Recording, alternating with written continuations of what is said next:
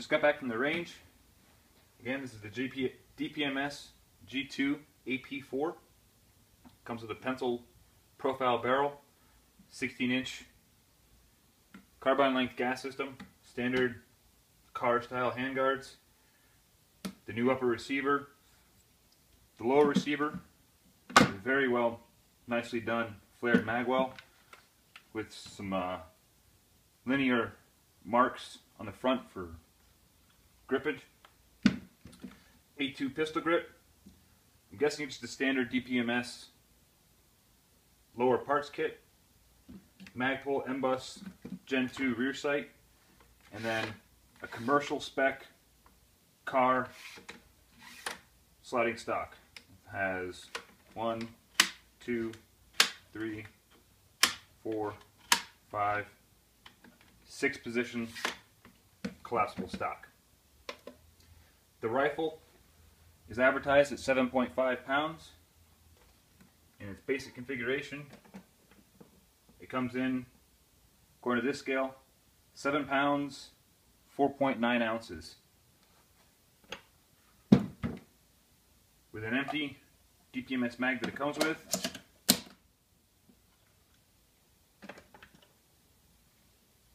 comes in at 7 pounds, 12.9 ounces. With an empty 20 round Gen 3 P-Mag.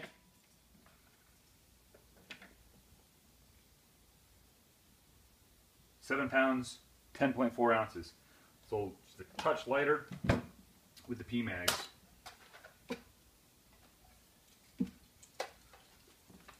So it's nice that the rifle comes in at the advertised weight. Shooting it wasn't too bad. This hard car style stock was a little harsh on the shoulder. Shoulder is definitely a little bit red right now. Fired about 160 rounds out of this today. The parts I had to replace already: the Magpul Mo pistol grip, a Magpul carbine CTR stock for the civilian spec buffer tube. I decided not to go with the mil spec just because it's not necessary. And then I have the Midwest Industries Key Mod 12-inch free float rail, made specifically for the G2. The only other offering right now specifically for the G2 is the Samson manufacturing. I'm wishing I had actually looked at the Samson. With the Midwest Industries, the grooves for the barrel nut are exposed. On the Samson, according to all the photos I've seen, the barrel nut's actually shrouded inside the handguard, so it just looks a little cleaner. We'll see how I like it once it's on the rifle, though. And then I had this Burris MTAC 1-4 kicking around. I really didn't have a rifle I wanted to put it on, so we're going to try it out on this, and it's sitting in a LaRue SPR 1.5 mount. So we'll break it down a little bit here. Field strip it. This pin, the rear takedown pin, it was stiff the very first time I broke it down in the shop. Now it's actually not too difficult. Breaks down like a standard AR. Front takedown pin is still a little stiff, but slides out nicely. So here's the upper and lower. Lower receiver. I did notice the bolt catch on the bottom of it sticks out quite a bit. Real easy to manipulate, but I wonder if that's going to catch on gear, or when it's slung, if it's going to catch on anything. But it is really easy to manipulate. Selector switch, nice and positive, not too heavy, not too light, so nice work there. Buffer and buffer spring, carbine buffer, standard spring, and that's the lower receiver. The engravings are nice and deep and very crisp. The bolt catch roll pin it's kind of captured in there, so it might be a little tricky if you ever have to get that out. I don't know why. I've only ever had one of these break, and that was on an LMT AR. But that was because I was dry firing it without the upper on it. And I guess the force of the hammer hitting against the bolt catch, the paddle went flying off. Needless to say, I don't do that anymore. So, but this roll pin is pretty captured in there. So for whatever reason you have to replace that. Might be a little tricky. Moving on to the upper receiver. Strips just like a standard AR. Charging handle, looks like a standard mil-spec charging handle. It is shorter than a standard AR-10 charging handle, but longer than a standard AR-15 charging handle. I really like the BCM gunfighter charging handles. I have them on all my ARs. I've contacted BCM, sent them an email. They said they're not planning in any near future to produce a gunfighter charging handle for the G2 line of the DPMS. So I'm stuck with this for now. Bolt carrier group. The big advantage of this, all the promo videos, is that it's the same diameter as a standard AR-15 bolt carrier group. The gas key is a monolithic gas key milled into the upper part of the bolt, and then the actual gas tube slides in there and then it's pinned in place. So I guess if for whatever reason you ever needed to replace your gas tube, this part of the gas tube on the gas key, you would just drive that pin out, take that part of the tube out, and put a new one in. And that standard AR-10, AR-15 type bolt carrier group. One thing I did notice, the finish is nice and smooth on the rear portion of the bolt carrier group, but as you move forward right to here, it gets a very tough and rough texture.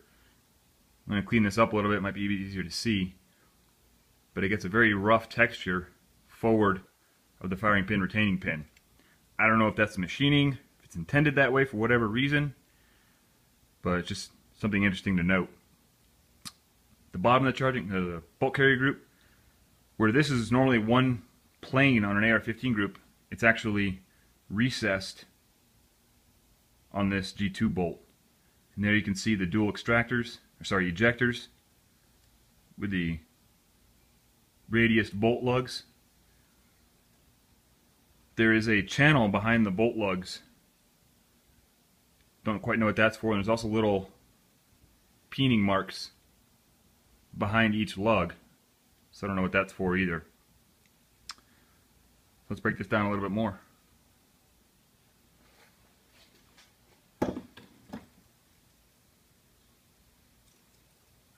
Firing pin, retaining pin. Firing pin.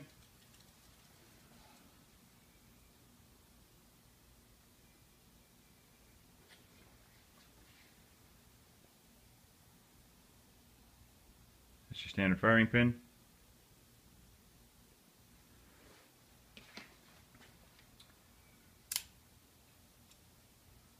This has definitely loosened up a lot more since the first time I got it from the shop and cleaned it up. The cam pin is actually has flats on two sides. I don't know, I don't have any other AR-10s to compare this to, so I don't know if it's standard amongst AR-10s. But certainly from AR-15s, all the ones I have are completely round, whereas this one has flats machined onto it.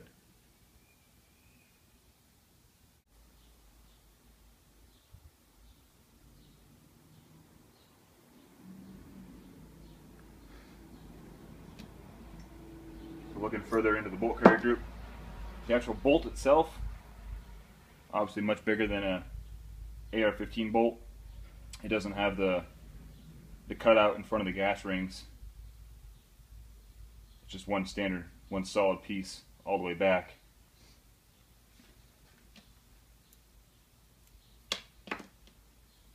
The extractor retaining pin is quite loose. No effort at all to push it out. Usually on my AR-15 bolts, you got to really push it down to be able to get that started. I don't know if it's because of the new elastomer extractor spring they're using. This is not captured at all. You can just pull in or push in and out very easily.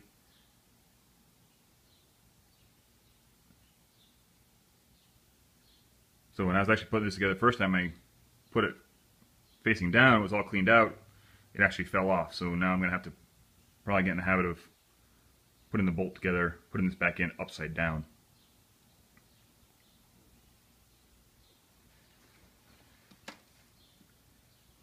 Inside the chamber, where the extractor rides, looks pretty standard AR-15. And then there's one pin for the dual ejectors. And again, there you can see the radius bolt face lug.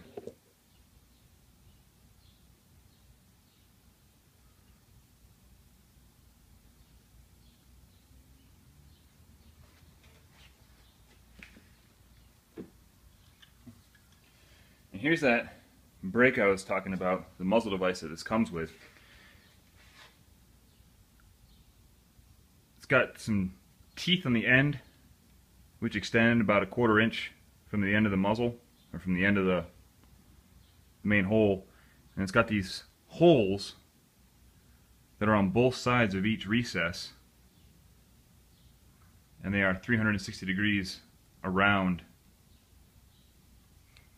the muzzle device. It is timed nicely where the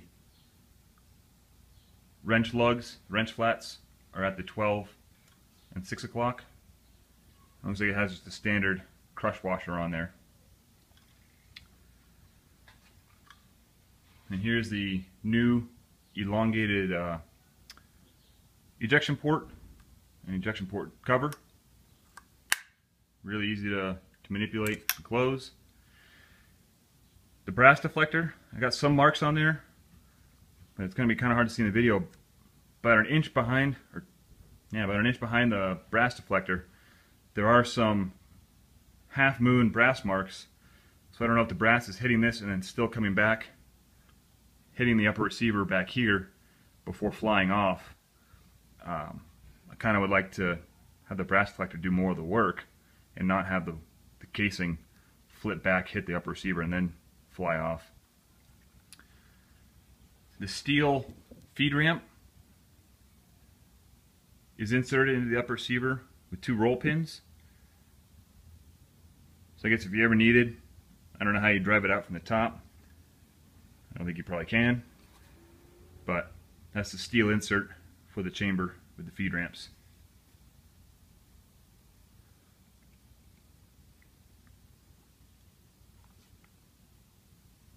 Inside of the upper receiver looks like a standard AR-15, AR-10 upper receiver, and it does have forward assist.